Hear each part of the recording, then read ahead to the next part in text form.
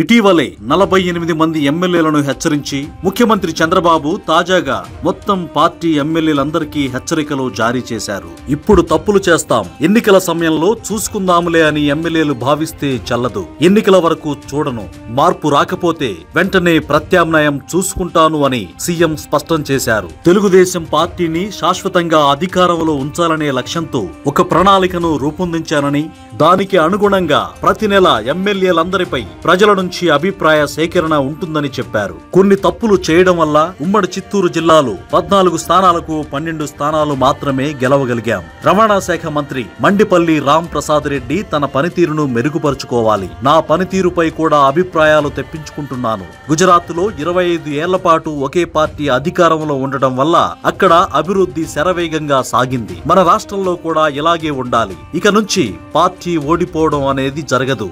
Party జెండా మోసిన కార్యకర్తల త్యాగాలు గుర్తున్నాయి.